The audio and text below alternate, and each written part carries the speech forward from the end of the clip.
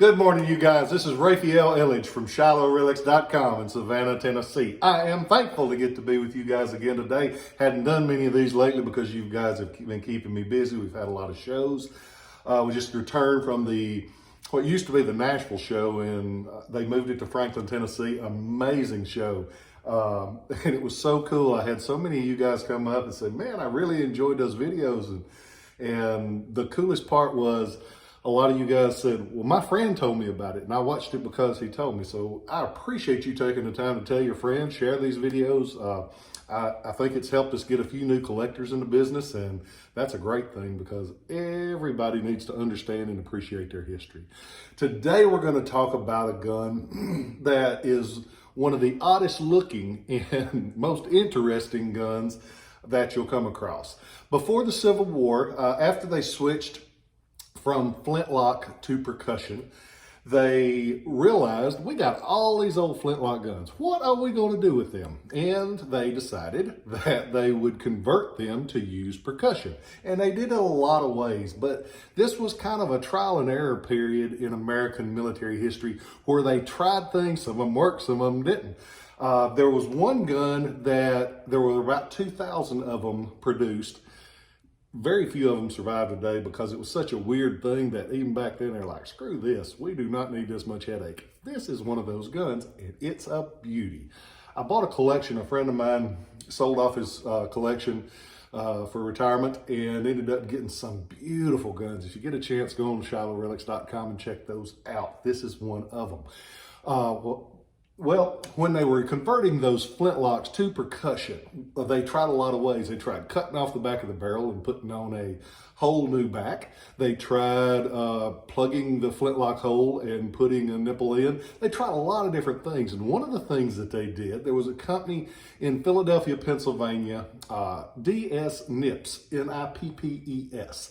And he had a contract to make the guns themselves you'll hear them referred to as a model 1835 or 1840. And he made 5,100 of those from 1842 to 1848. When they decided to convert them from flintlock to percussion, he took most of the contract orders that he had. He took his own guns and did them and used those for the conversion. He had 2 contracts for 1,000 each, made 2,000 total. And this is one of those 2,000. On the lock plate, you'll have the Nips mark as well as the Mill Creek, Pennsylvania production location. You'll see that 1842 date on the lock plate, but it's got that Nips. So he used his own guns, cut a little corner there, so that was a good thing. But the way that he did his, he plugged the hole and used a state-of-the-art thing that didn't quite work. And if you've seen many of these videos, you've heard me talk about it before. He used instead of a percussion cap, he used the tape roll primer that was patented in 1845 by Edward Maynard. Edward Maynard had several firearms patents, had his own cavalry carbine that we've talked about before. And if you hadn't seen that one, go back and see it because Maynard, a neat guy. He got paid a lot of money for something that wasn't as functional as he wanted it to be. What was what did he decide he was going to do to avoid using the percussion cap? He developed a roll of caps. And it's basically like, and you've heard me say it before, when we were kids and we had the cap guns that shot the little cap rolls, basically the same thing, but on a regular firing gun.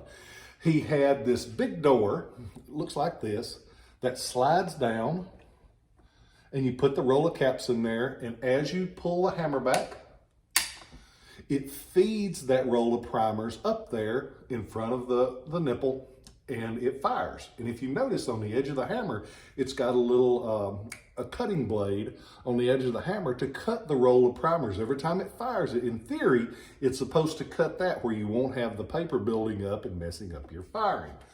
This one works perfectly, absolutely perfectly.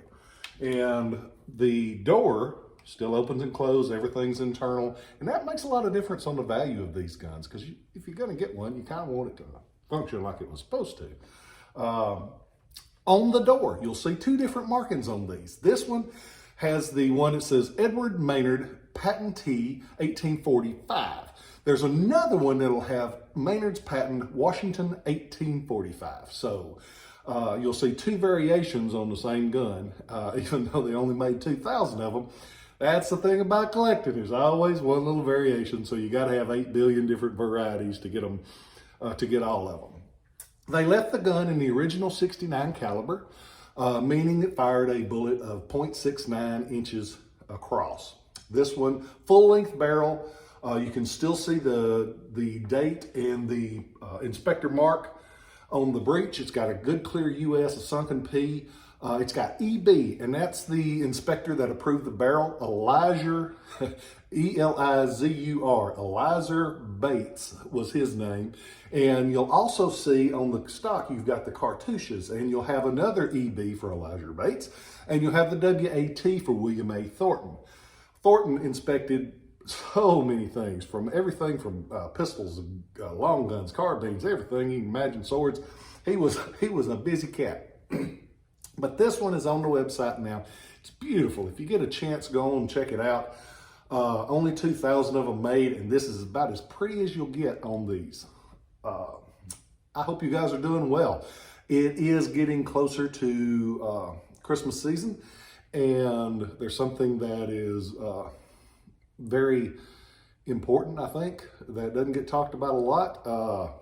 Christmas time is all, you always hear about it being a happy and joyful time, and it really is. But also it can be a time where some demons can sneak up on you. And I have lost people to addiction, and it has been a very horrible thing, and I wouldn't wish it on anybody. So I just want to reach out to you guys and say, if you are struggling in any way, don't be afraid to ask for help. Man, there ain't nothing the matter with asking for help. Everybody needs some help from time to time. So if you're struggling with alcohol, check out a meeting, Alcoholics Anonymous. There's a lot of people that want to help. If you have a problem with other things, there's Narcotics Anonymous. Just reach out and say, hey. And it might not be for you, but at least you're thinking about it, because you can't get on the right road unless you think about which road you need to be taking. So there's no shame at all in asking for help. I have struggled from times, and I've asked for help. I have been fortunate. There's nothing the matter with asking for help. The problem is not asking for help. So if you're out there and you just had that one too many, and you're like, I don't want to do this anymore, reach out. There ain't nothing the matter with it. Because remember, people out there care. You don't hear about them a lot, but there's a lot of people that care in a lot of different ways. I hope you guys are doing well. I hope you share these videos. I hope you go on to ShilohRelics.com, like the big sign that was my Christmas present a couple of years ago says. Go on there, look around. I have never had so many relics in all my life. I've never been as broke as I am in all my life. But I sure do like getting this stuff and getting to share with you guys. I hope y'all are well. I hope you have a wonderful Christmas, and whatever you're doing today, remember, it's a good day. You're sitting up and taking nourishment. I love you guys, and I'll catch you next time.